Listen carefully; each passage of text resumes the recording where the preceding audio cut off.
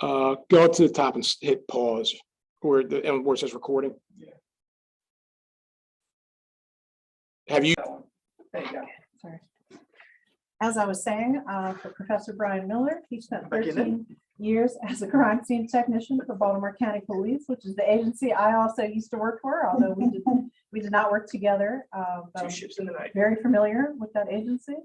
Brian has also worked in the Atlantic County, New Jersey Medical Examiner's Office as a diener. So who knows what a diener is? It's a German word. You know what a diener is? You don't know either? Oh, you do. You just yeah. I know Percy knows what a diener is. So just as a little aside to his introduction, I will let Brian explain to you what a diener is.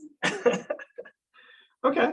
Let me see my there. I am. You're on So, camera. A diener is basically an autopsy assistant.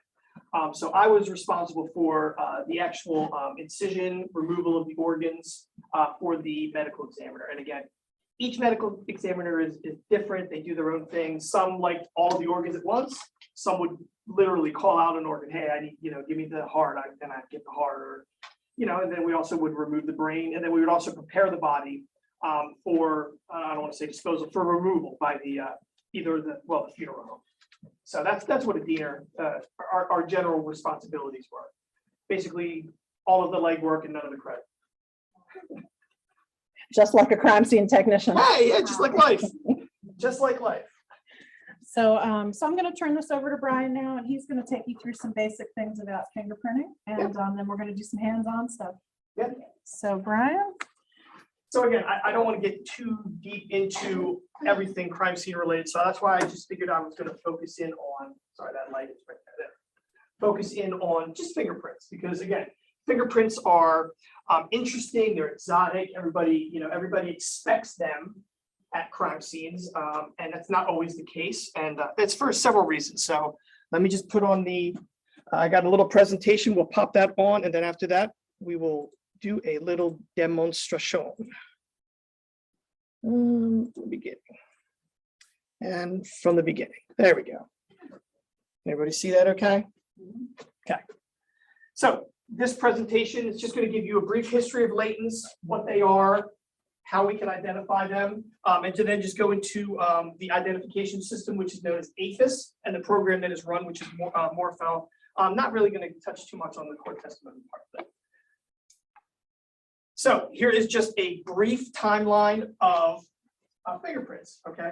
Fingerprints weren't always used to identify somebody, and we will go into that right down here in 1883. Okay, this gentleman by the name of Alphonse Bertillon, he had created this process called Bertillonage. And what this was a series of measurements. Here it is right here. Okay, so you can see they did a series of measurements. This is how they were able to identify you. This was before fingerprints became. You okay? Yeah, I want to type something in the chat. I'm just figuring the best way to do it. Okay. Because we do have people online.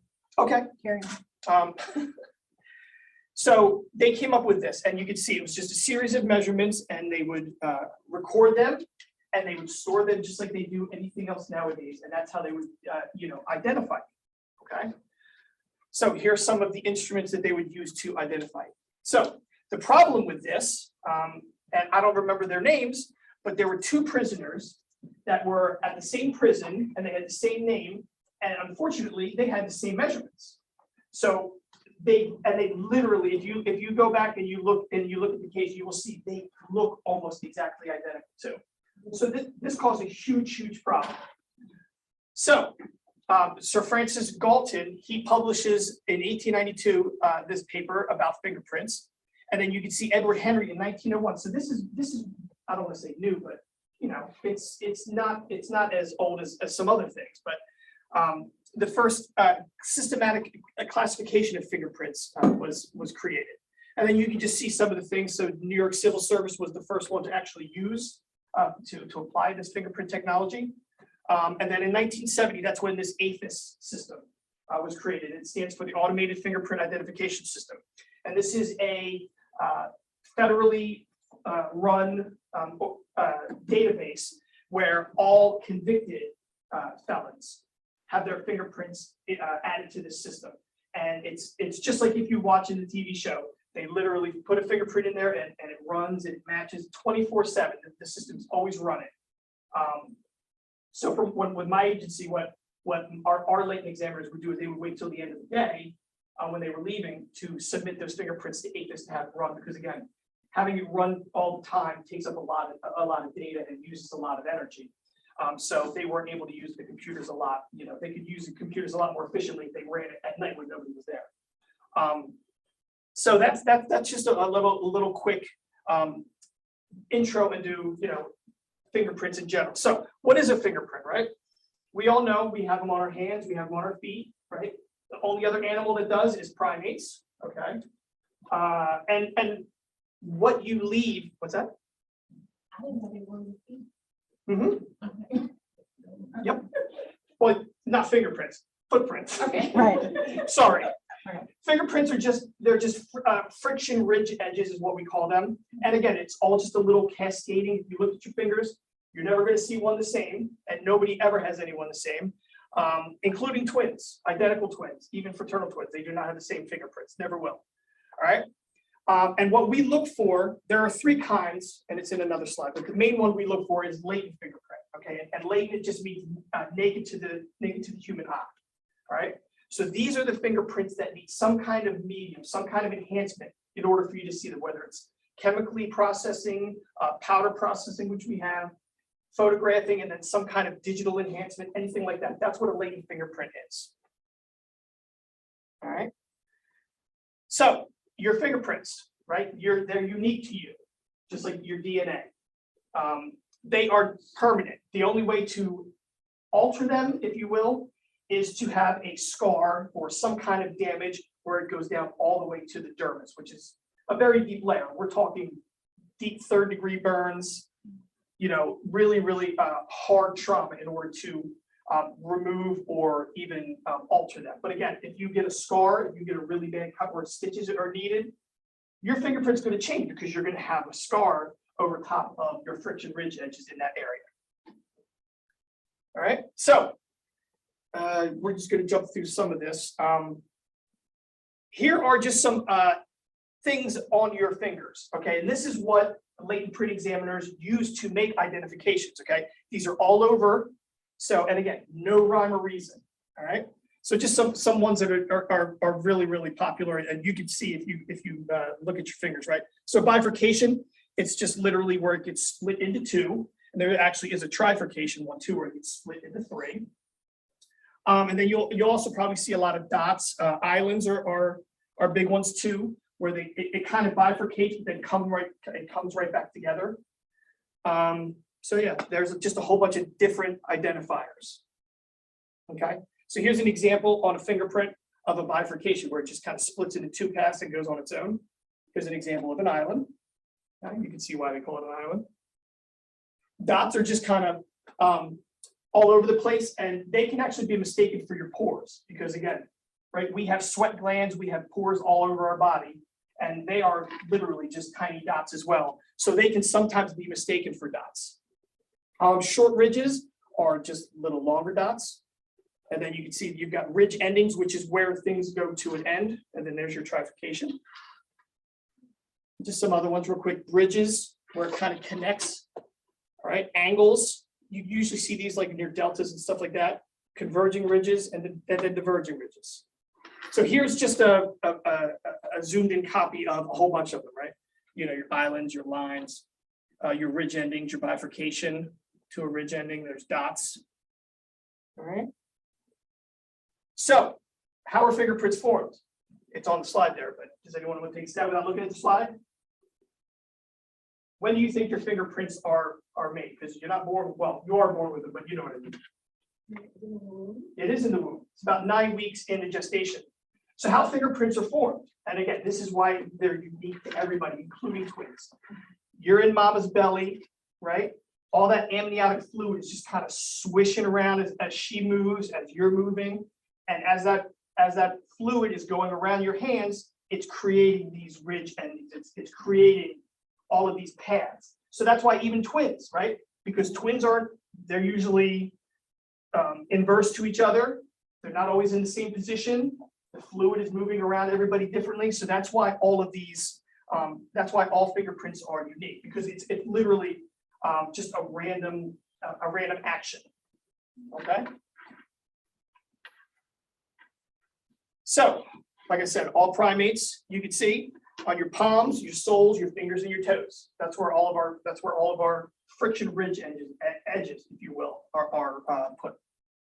Okay. This is just a cross section of your skin, right? You've got your epidermis. Again, that's that top layer that usually falls off. You know, you peel it off in the summer if you get some sunburn, always sloughing off. Okay. That's your epidermis. And then this is your dermis. And you can see this is where a lot of your nerve endings and the sweat glands and everything go down to really, really deep. Again, you need to get super, super deep into your skin if you need to, if you're going to alter it in any way. Okay. So again, how they make these identifications is they have to physically see these prints, right? So we have to recover them, whether it's through police work, where they, you know, where you see them ink and roll the fingerprints, or we collect them in a crime scene. And then what they do is they compare them. All right, and all of the things that I showed you, the bifurcations, the ridge edges, the ridge endings, all of those are what form these characteristics that they look for. Here's other examples. Okay, you can just see. So here's the one thing that always gets called into question though, and that they run into problems with in court.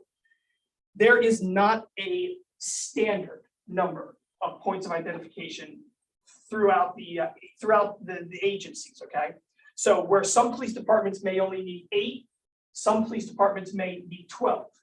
So there's no set standard, which I mean, I feel that there should be universally, because every other thing has a standard number, where for some reason fingerprint, it's kind of a fly by night, whatever your agency feels is the number, should be the number.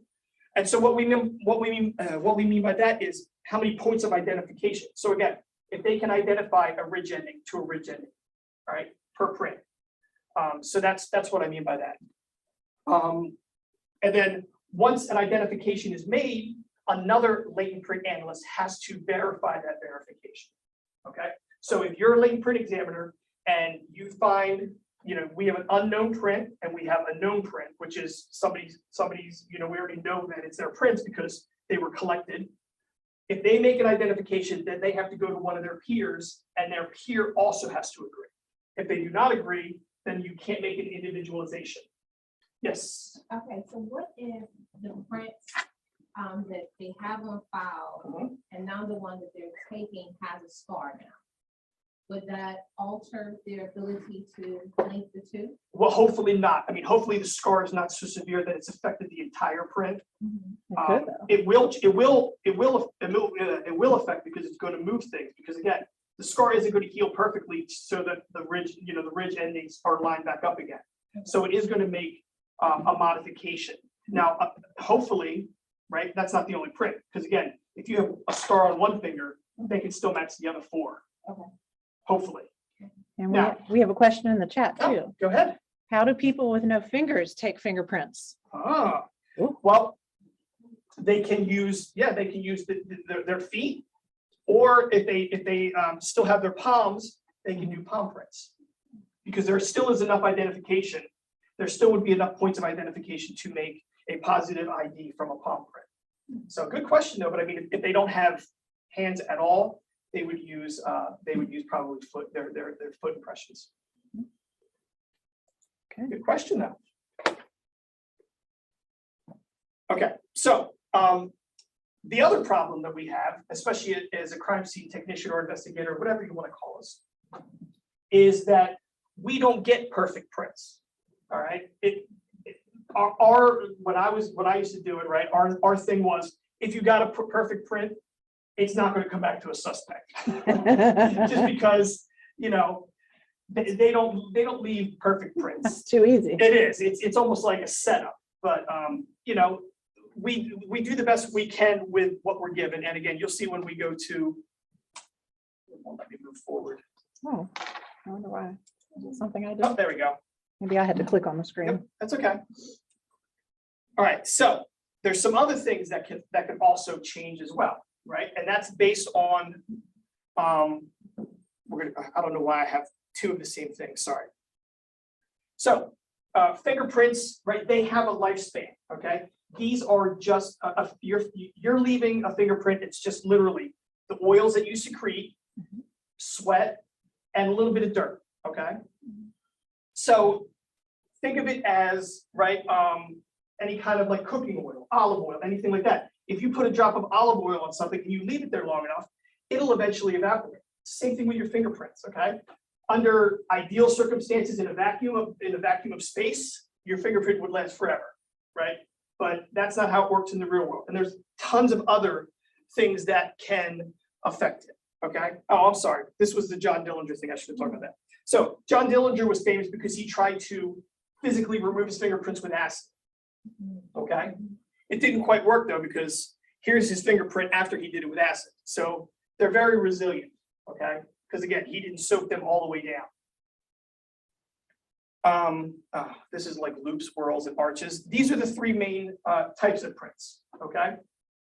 In the center of your finger, you have what's either a loop, a whirl, or an arch. There is no other. Are you looking? Yes. Okay. So you can see here, a loop is exactly what it sounds like. It's just a loop. It usually comes from one side, goes up, right, apex, and then comes back down, and then goes towards the same side that it entered. Okay, that's a loop. There's all different other little variations to a loop, but this is going to be one of the main kinds of prints. And then also over here, if you want to just look real quick, I know it's not in there, but this little part here where it almost looks like a pyramid where everything's kind of meeting, we call those the deltas. Sometimes you'll see two deltas, sometimes only one delta. It all really depends. But these are what examiners ideally would like to have in their fingerprints when it's recovered, right? They like to have the deltas because then they know that it's the majority of that print. All right, so here you can see here's the delta right here, where everything is kind of diverging and converging. And then here's your loop, comes in from that side and it rotates out their other side, okay? So there are two kinds of loops, right? Mainly radial loop and ulnar loop. And that is depending on the determination on which way is coming in and going out based on the radial and the ulnar bone. So if it's coming back towards the ulnar bone, it'd be an ulnar loop. If it's going toward the radius, the radial loop. And again, that's determined too. They need to know which finger it came from in order to make that determination, right? Because a loop on this side is not going to be the same on this side, right? Because your bones are not the same. And then we have whorls. You can see 30 to 35% of the population have whorls, okay? You can see it's kind of like, this one's called a plain whorl, sorry. This is a double loop where they kind of like mash in together. And then you have a central pocket loop, which is just a big cluster of a loop. There's also one called accidental. I don't have a picture of that, so I'm sorry. And it's not working again. Oh, there it goes. Okay. Right. Here's an example of a central pocket loop. And you can see it's got two deltas. All right. These are all just, all right, double loop. I'm sorry they're so blurry, but you can see here's the one loop and here's your other loop. And they just kind of like swirl in on each other. And then your plain whorl, it's just kind of like a swirly swirl. All right. Oh, here's an accidental. Oh, no, I don't have pictures already. Then lastly, only 5% of people have arches. Okay, now again, when I say 5% of people, you got to remember we have 10 fingers. Not all, you're right, you may have one arch and the rest are loops and whorls. Okay. And again, this one, it just looks like kind of like little bumps in the road. Okay. There's two kinds of arches, a plain arch, which looks kind of like that. And then there's what's called a tented arch, which is a little bit more pronounced. All right. It's got kind of a higher apex. So you can see plain arch is kind of just, bumping along. And then the tented one is more extreme, I guess you could say. Okay. So now this has 4 types, but we usually lump in the plastic with the etched. But theoretically, they are separate, right? So the 4 kinds of fingerprints we have are latent, which again, invisible to the naked eye. These are the ones that we're looking for. Then you have the patent ones, which are visible, all right? These ones you can see. And then there is what's called plastic or etched or anything. And these are things that you leave in stuff. So if you touch wet paint, right, you're going to leave your finger, well, as long as it's not too much wet paint, you're going to leave that in. But, right, if you do touch paint or blood, the minute you go and touch something else, you're going to leave your fingerprint on there. So that's going to be left on there as well, okay? So here's some of the things that can affect, all right? Because again, we're talking about oils that are left over, right? And the thing, they go together like oil and water. That's one of the things that we have to work with, right? If it's raining, very humid, very cold, fingerprints don't like that, all right? The oils don't like that. They're very, very finicky. Also, which I don't have on here, right, is the traffic area. So again, if, somebody says, oh, well, let's say it's like a burglary. And somebody says, well, I know that they went in that room because I always have the door closed. Can you process the doorknob? Sure, we can process that doorknob. But what you have to remember is that doorknob gets used a lot by everybody. So every time you're touching it, you're leaving your oils, okay? So the oils don't leave the minute you stop touching it. They stay on there.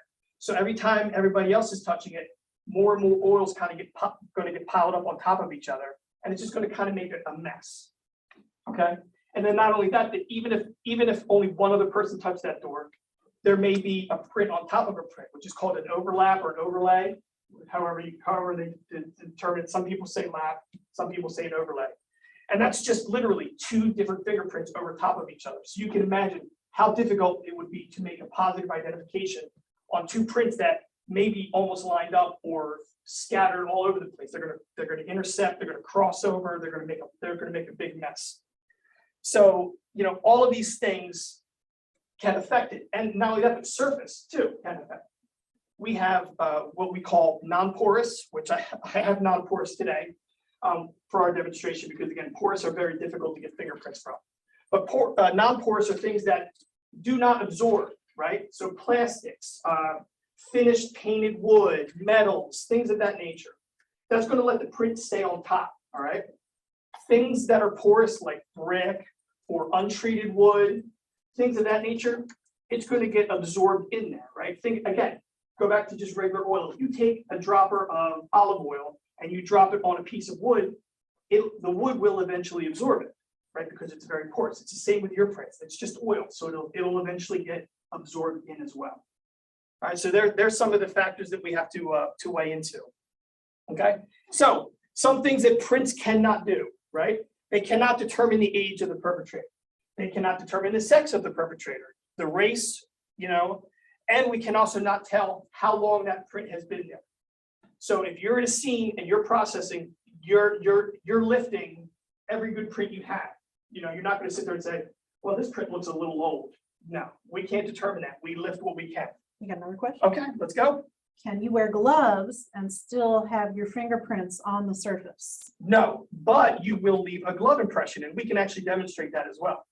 So that comes into play a lot too when you're working as a crime scene technician. You're going to run into that a lot because criminals, they learn, right?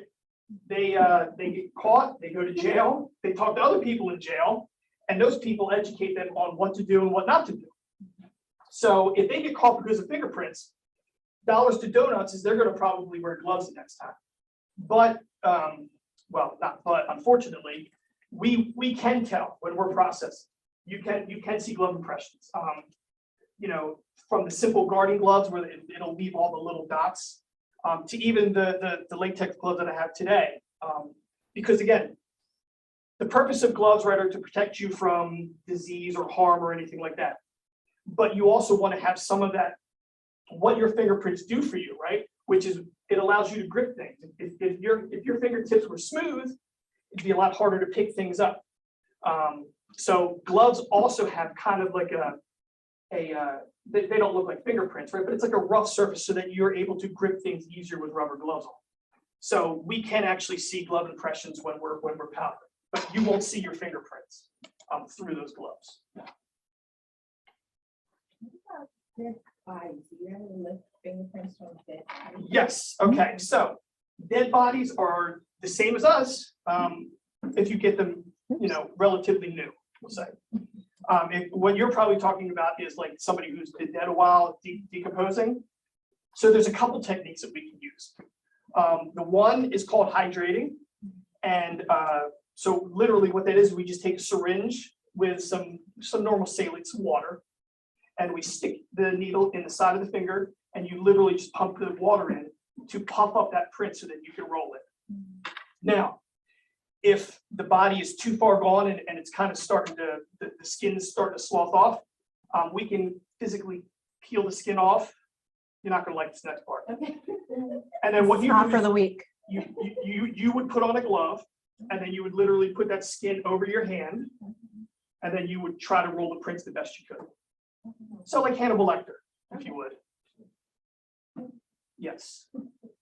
We're not doing that demo today. No. Sorry. But yes, so, but like at the morgue and everything like that, they can roll the fingers. Yep.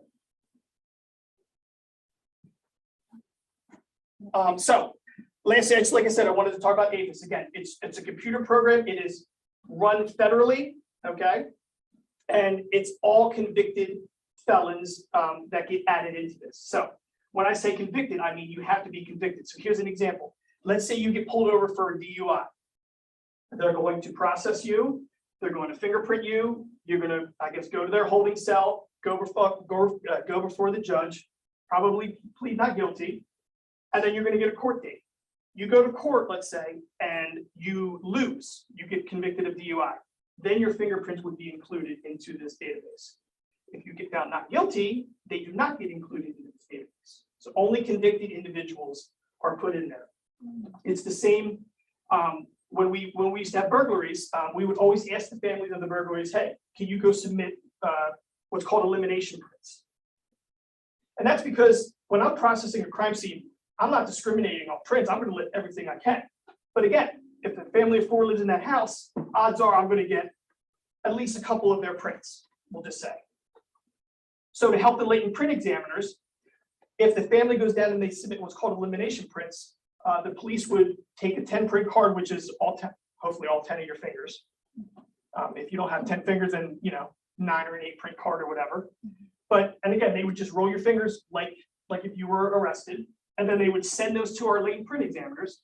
Latent print examiner would look at the victim's cards, and then they would look at our prints, and they would do one-to-one comparisons. And any of those that came back to them, they could automatically eliminate to help speed up. Because again, if they didn't have those elimination prints and they had viable prints, they're going to submit them into APHIS, and they're just going to run forever. And it's just going to clog up the system and make it a lot more difficult for them. So by getting these elimination prints, it helps them. Maybe if let's say you've looked at 50 cards, if 10 of them come back to the victims, that's 10 less cards that they have to worry about entering into this system. So it kind of makes it a little bit faster for them. And again, this system is running all the time. So if you submit a print, if you enter a print, what happens is it runs through the system. Let's say it comes up with a possible match, because again, it's not like the TV show, right, where they slide in a print and then 5 minutes later, bing, and then a picture pops up of a suspect. That's not how it works. What they do is they would submit this print, they would line up all of them in, all of those friction ridge edges and all that stuff that I showed you, all the points of identification. They would line all them up, run it through the system. If any kind of matches came, then the latent print examiner would have to pull those 10 cards, do a comparison, and then again, have somebody else back that comparison up. So it's definitely not like the TV show. APHIS is like Google for fingerprints. Yes. All right. And then here's just an example. And you can see, here is a known print, right? This is a rolled finger. And this is all they have to work with sometimes. But again, they're able to make positive identifications that way. And then this is just what the actual program looks like. And again, you can see just this came up with 15 different candidates. All right, and you can see it shows you which finger. So this is finger number 8. right? On this suspect, on this one, it's finger number 6, on this one, it's finger number 6, you know, and so forth and so on. So again, you can see it's not like the show where bing and oh, let's go interview this suspect, and then next thing you know, we've got a conviction. And then this is the court stuff, and again, I'm not gonna get into the courtroom testimony stuff. So how we can get prints from the scene. Like I said, we can do chemical processing or powder processing, which I'm gonna demonstrate, or Laura's gonna help me demonstrate in just a little bit. There's a bunch of different kind of powders, right? You guys all see the old powders. It's literally just toner cartridge, old toner cartridge stuff. Very messy. I don't recommend. See, she already got stuff on you. No, I'm getting gloves. And now we have what we use now is magnetic powder, which is just like the old powder, but it's magnetized. And we'll demonstrate how easy it is to clean up. And so anyway, what you do is you just lightly go over an area where you think a fingerprint may be. And if there is a print, this powder will actually cling onto the oils, which will show you that print. Other ways, we have chemicals that we can spray, and they can either, like if we're looking for like blood, we can use what's called Vito Black, and that mixes with the proteins in the blood, and it will make the print pop up. Are you getting that one ready? Whenever you're ready, just tell us. And then we can also take it back to the lab. If we have a piece of evidence, right, we can collect it and then process it in the lab with chemicals. We can use what's called cyanoacrylate fuming. Does anybody know what that is? Ooh. Really, Pete? Oh, okay, never mind. It's just a fancy cyanoacrylate. It's just a fancy way of saying super glue. It's super glue fuming. Okay, so what we do with that is we have what's called a cyanoacrylate fuming chamber. All right, and so what you do is you put a little super glue in a little tin tray, heat up that super glue, which turns it into kind of a vapor. Right, it goes up into the air.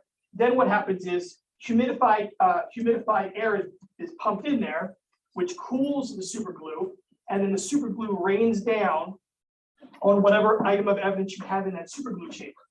And so what it does, how I like to explain it to when I used to have to go, testify, is I would say it's like a candy coating for that fingerprint. Okay, so once that super glue goes over the fingerprint, it hardens, and then you can do whatever you like with it. You can process it multiple times. You can treat it with chemicals. It won't go away. The powder over top of it. Yes. So that's how we do it. Fingerprint powder. Right, and then these are just, again, there's your cyanoacrylate. These are just some other things. Luminol, that's used for like blood. Ninhydrin only works on like paper, not so much cardboard anymore. But it works really well on paper. And again, that's just to enhance fingerprints. It turns it like a nice, like a light purple. It's really actually a pleasant color to see. And then we can actually process wet things with a chemical enhancing thing called wet WAP. It's kind of racially insensitive, but it's you literally can spray it on a wet surface, and what this does is it actually will dehydrate the whole area and lift that print out for you so that you can see it. It doesn't really get used all that often. A lot of these chemicals don't get used all that often, and that's a whole other argument, but one of the main reasonings is cost, right? These chemicals cost money to an agency that has a budget, right? And all of these chemicals, just like soda at home, your mayonnaise, anything like that, it has an expiration date. So if they spend a lot of money on this chemical and you never wind up using it, they just throw it out at a cost. So a lot of these aren't really used a lot or readily available. Okay, and again, these are just some other things, and because we can make this presentation available, right? Yeah. Yeah. Okay. So we can go and you can just look over all that stuff, and that's really all I wanted to talk about. Yeah, this stuff is. So can we switch it to stop sharing? Sure. Sorry. Should have got. Did you need large? Or I'm good. you got mediums? I have large. Okay. Okay, so what we're about to do next, if you all are, for those of you in the room and those of you on screen, we're just doing a little setup here. So hopefully you will be able to see us processing fingerprints live on the camera. Can you share that screen? Can you share Tracy's screen? That is through. How do It's, I- it's up. Oh. It's on there now. The How- top left. Try going, I don't know how to spotlight that. try going speaker view. And I'm gonna mute yourself. Okay. Mute. Wait.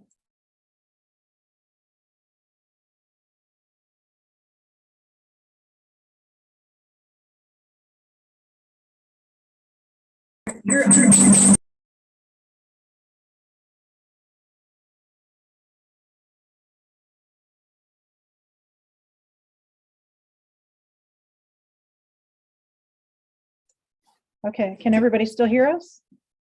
Yes. Okay. Oh, Great. Now you gotta speak again. Okay. Now we have to get it back to the speaker view. Mute yourself. Uh-oh.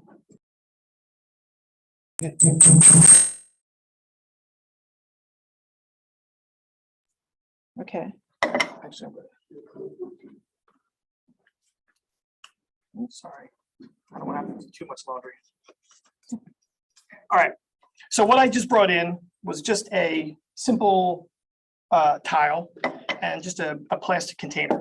So some tools, right? Pair of scissors and a flashlight. And then we have the two brushes. So this is our regular, sorry, I gotta see where, there you go. This is our regular brush. And then this is our magnetic brush. And if I unscrew this, you'll see. You got a little magnet inside there. You'll see why for the cleanup. And then we just have standard tape. This is, I think, 1-inch tape.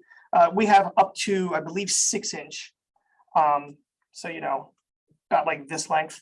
And again, we use those for palm prints, things of that nature. And this is just our basic standard tape for lifting regular fingerprints. So here is the magnetic powder. Can you see? Okay, so you can see easily picked up. That's sorry, easily picked up, easily put away. Easy pick up, easy put away. Clean. Here is the regular powder, which is a nightmare. Can you see it raining down on there?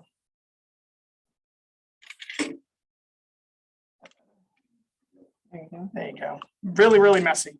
We don't want that.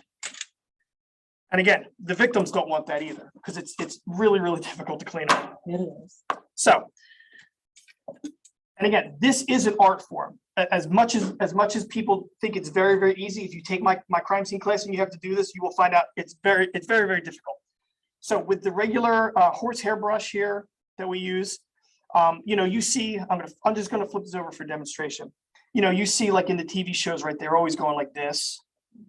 That's not how you want to do it, because if you see, right, it's just like with a paintbrush. What they're literally doing is brushing it away. So how we do it, again, it's like a twirl technique. So you just twirl it lightly and you just kind of hold it over it, and the print will come out. So here, I'll do it for this one, without hopefully making too much of a mess. Sorry, Laura. You don't need more powder, do you? Sure, you always need more powder. So take it nice and light. And again, you don't want to go too hard over it, because you're just going to brush away. Can we say?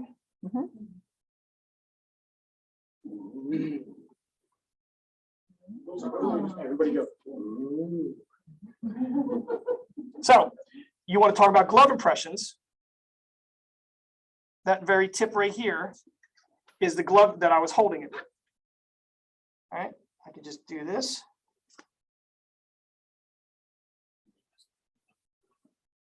Saying you can see the glove impression right there. See, now I can lift it and I'll show everybody in the class, but it looks literally like friction ridges sometimes, but it's not. All right, so there is how you lift it with this regular powder. And again, it's a dance, it's an art form. And It takes a long time to get comfortable to do this without ruining the print. Now, same thing kind of applies with this magnetic powder. You want to just put it on, and again, you don't want to be like, you don't want to hear that, because then you're making too much of a mess, and you're going to wipe away the print too. So this too, you just want to kind of hold it over the area and slow. You know what? One of those blank pieces of paper. Yeah. Because, well, yeah, it's see-through, so it's hard for them to see.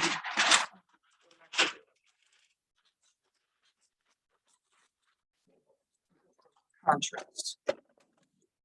Yeah, hopefully they'll be able to see it a little bit better. All right, so there you are, just going over it. I don't know if you can see, but you can, yeah. So we've got fingerprints. So again, if you're too rough on it, I'll take this down. I'll take this fingerprint up here, for example. If you're too rough and you just rub over it, you're literally rubbing the print away. Okay, that's why it's like an art form, and it takes a long time to get proper techniques down.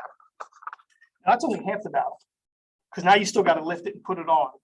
All right, that's where the fun comes in. I'm just going to get some of this excess off. Sorry. Did you used to do that too? Mm-hmm. Yeah. That's all I used my brush for after a while, is just getting Those are extra stuff. secrets you learn after Yes. on the job for a while. Yes, because can we get this down a little bit lower? Can you get it down to here first? All right, because this powder, all right, tape, when you peel off tape, right, it creates kind of like a static electricity thing. So if you have a lot of excess powder over that print, when you go to lift that print, look what happens to the tape. All right, and that's going to just create a lot of noise and artifact that you don't want on your print. Neither does the examiner. No, so that's why I kind of brushed it off. Okay, so now we can put that back. Thank you. So now when we go to lift it, right, you don't want to just go right over the print, right? You want to have a little leeway so that you can size it up, right, and be smart. So you can see I've got two prints there. I'm just going to lift them at the exact same time. So what you do is you start on this side over here, away from the print, and you just kind of get comfortable. You know, you want to make sure it's lined up, everything's going to be in its way. And then what you want to do in one quick motion is just swip over it, because you don't want air bubbles. If you get air bubbles, it's going to not lift the entire print. All right, so you've got that. There, you lift it up. And then what you do is you take your latent print card and you do the exact same thing. You just line it up nicely on the card, right where there is no print, to make sure. And then one fell swoop, you just go down. You don't care about air bubbles anywhere else, right? As long as you've got it on the print. And then, so there's your lifted print card. Sorry if that's a little blurry. There you go. See the ridge detail. Oh, yeah. All right, so now if you noticed when I lifted this tape, I had some on the end, and I wanted to show that if you don't do this, what we do is we would cut off the end. So you always have a starting point, right? Because heaven knows you're at a crime scene and you're sitting here trying to constantly find the edge and peel it off. It just doesn't work. So just by having a little extra, and then what you do is you just get the other side off and you're ready to roll. Now on the back of the card, and you can see all the mess, all the powder on the back of the card, it's standard for all of them. Okay, so we have a case number, the date and the time, the offense, what lift number, because we have to number our lifts. It's just like evidence, okay, because this is evidence. So they all have to get their own lift number, who lifted it and where it's lifted from, okay? Another thing, and I didn't bring my Sharpie, but yeah, if you have a pen. What we would do, let's say this tile, right, is on a wall and we lift it like this way. What we would do for the latent print examiner is we would put a little arrow, all right, letting them know that this is going this way up the wall, okay? That's because, again, the examiners, when they get these cards, they don't know the orientation of this print. They don't know if it's upside down, side, whatever. So by doing this, at least it gives them an idea, because I don't know many criminals that, touch things upside down, they're going to be touching it. So by doing this, it gives them a better idea of the orientation of where that fingerprint was.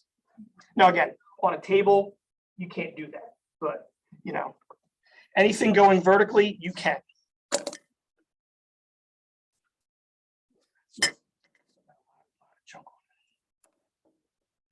So, and again, I'll show you. Yeah, thank you. It's almost like they were put there. It's almost like I knew I was doing this today, so I put my own prints on there. It's a whirl and a loop.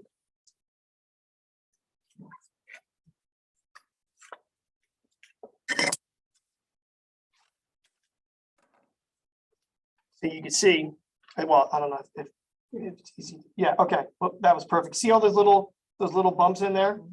That's all the excess powder that got stuck in there. And you really don't want that. It's kind of a drag. And again, the examiners will not like that. You will not be on the Christmas card list if you do that. Go for it. All right, so.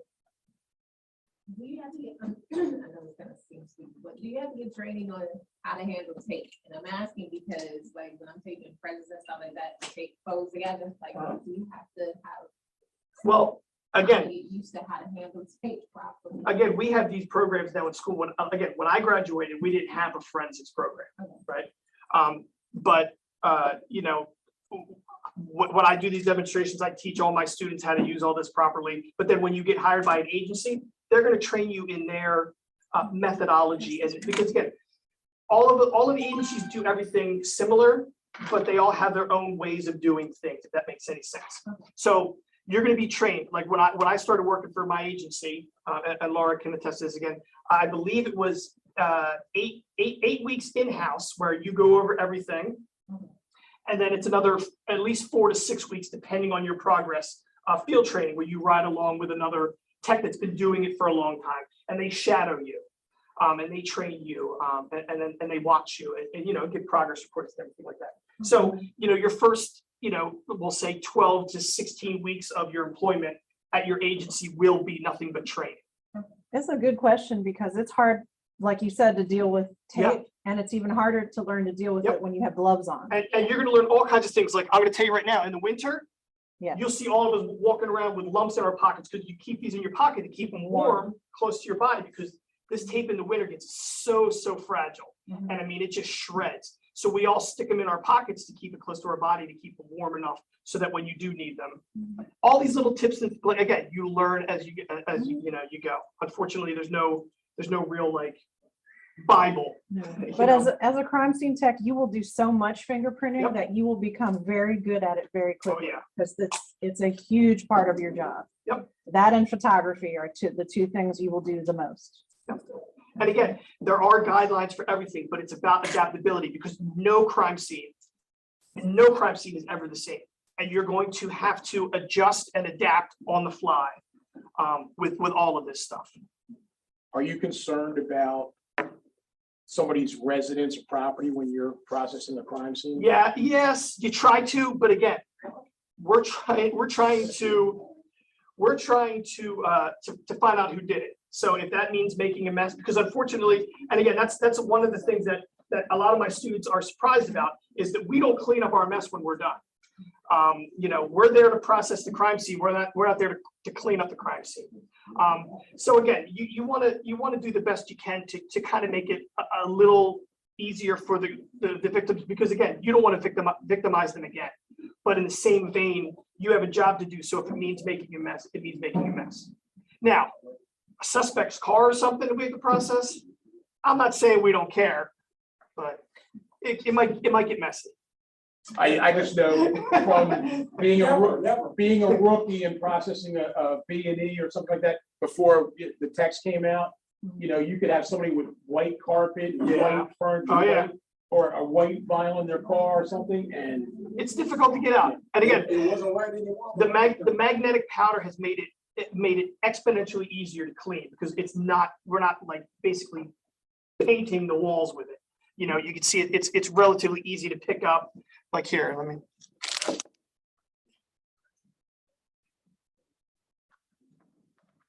See, like if there's powder right there, you could just pick it right up with as opposed to, you know, the other brush.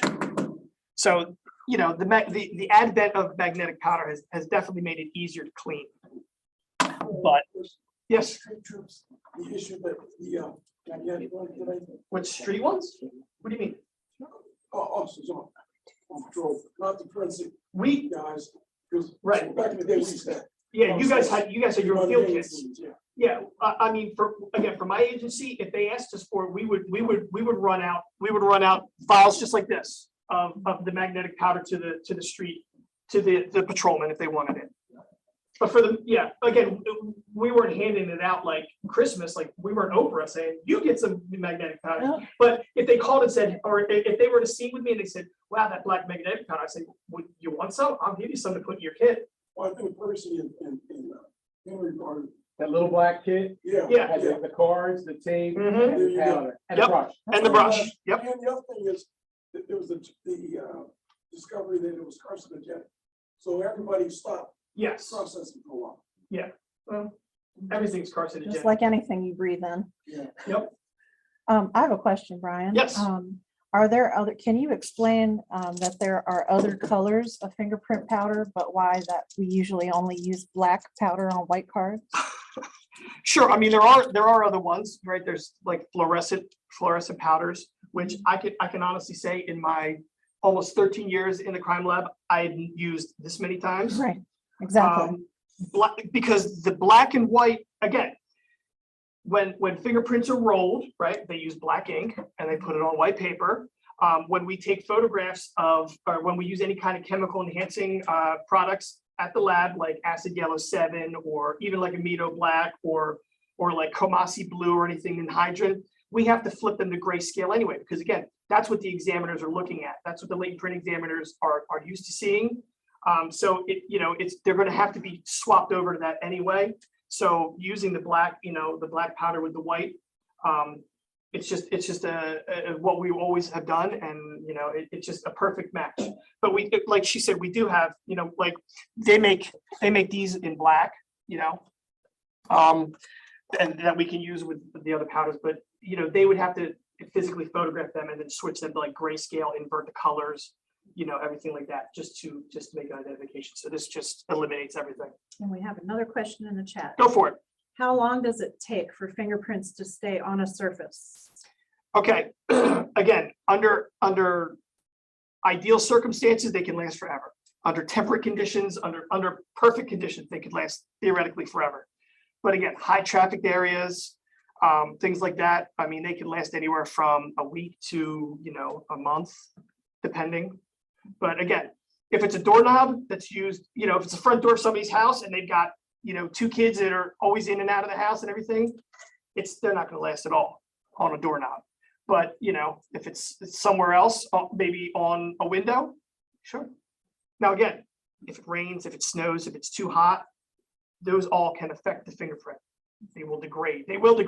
And again, as you've been doing this long enough, you can see a print and say, it's starting to lose a lot of its edge. And again, it's just like anything else. It starts on the out and it works its way in. And I apologize, did you talk about like some of the things, the common items that you can't fingerprint? Yes. You did talk Yeah. about that. Yep. That everybody watches TV and expects that you Yes. can get a fingerprint from Yes. everything. Like the handle. Like a gun. Yeah, like the handle of a gun.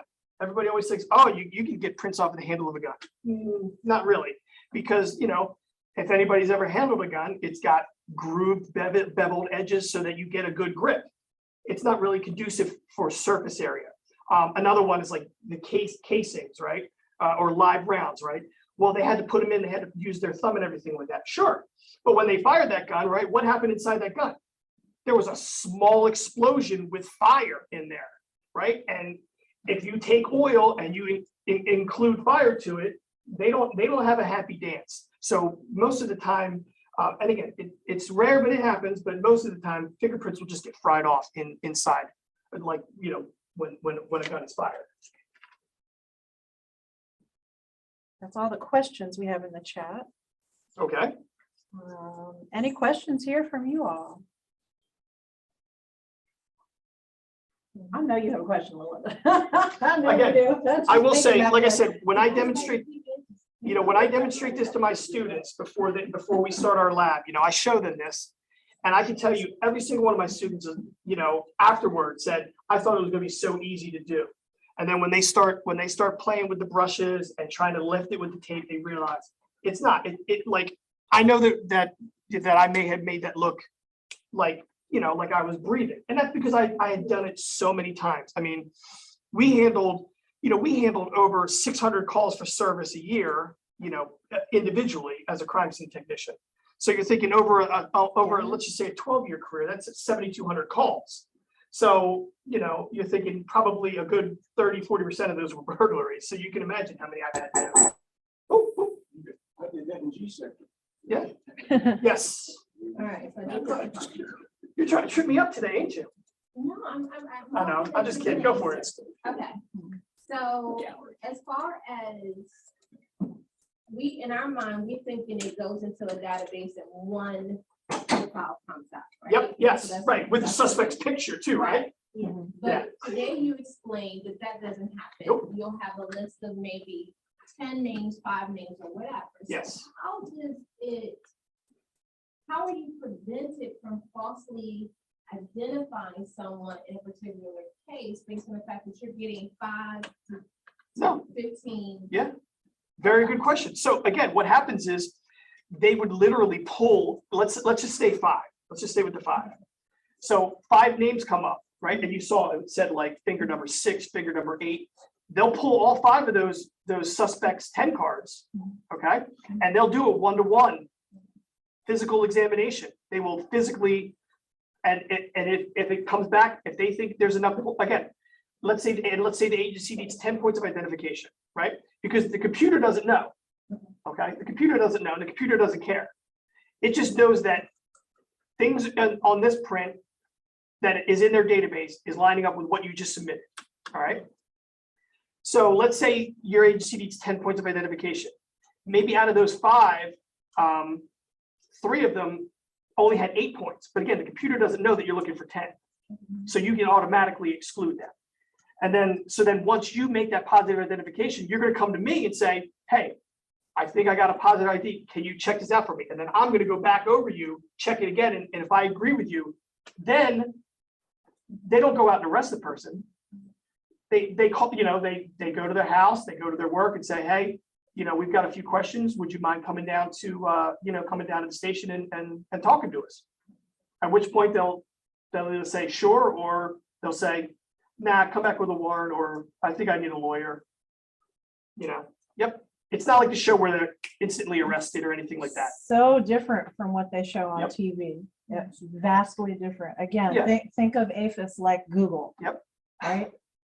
APHIS does not make identifications. Nope. Examiners make identifications. It has to be made by Right. an examiner. And again, they do that because they have to keep the audience's interest, and they only have X amount of time. Right. If they really did what we did, you'd be, I don't want to say you'd be bored, but you'd be checking your phone a lot more than if you watch the TV show. Yes, sir. Well, proud to say I'm married to a former FBI fingerprint examiner. Okay. But I have a question. I had I'm sure protocol is the same for most departments. Once you make an arrest, you process that person's local, state, and federal cards, right? Yes. So, have you ever heard of a card being kicked back or missing digit? Yeah. Yes. Yep. Especially with the newer system with the The digital live scan. Yeah, the live scan. Yep. No cards. Stuff Yeah. gets kicked back all the time for it. But live scan now, when you do it, prompts you while you're doing it Yep. to keep rolling and keep Yep. rolling until it's correct. But yeah. Right. Whereas before in the old ink, you'd send the card in, it would come back, you'd send another one, it would come, snail mail, Yep. right? But now with the live scan, it'll keep prompting you Yep. until the system thinks it's fully, you've got the whole finger. Well, when I said missing, Yeah. I I actually know what you're- processed somebody that only Uh-huh. had Yeah. 3 fingers on one. Well, if it's Right. not noted properly on the Yeah. card, you got to make a notation. If somebody just leaves that, the number 10 blank, Yeah. then, and they don't say that the Right. person's Missing missing a digit. finger, there's Yeah, codes right. and stuff that But that's what's are used surprising. for that. They- Yeah. They're like, I put missing finger and it was still kicked back. Huh. There's FBI card. wasn't a Yeah. state for local. I- They accepted that. I think That's like, user error. I You can think tell with- the FBI I yeah, said that. with the live scan, I think there's actually like a little box they click and it just literally puts an X right through the 10 print square. You know what I mean? Yep, the new system, yeah.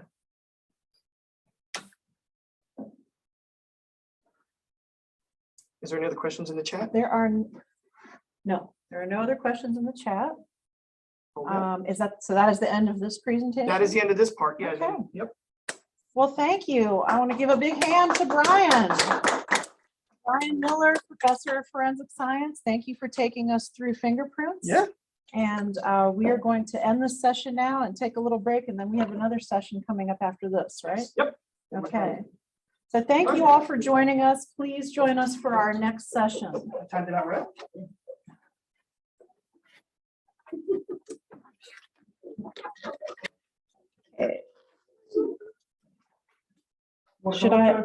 Should I pause the recording or stop it?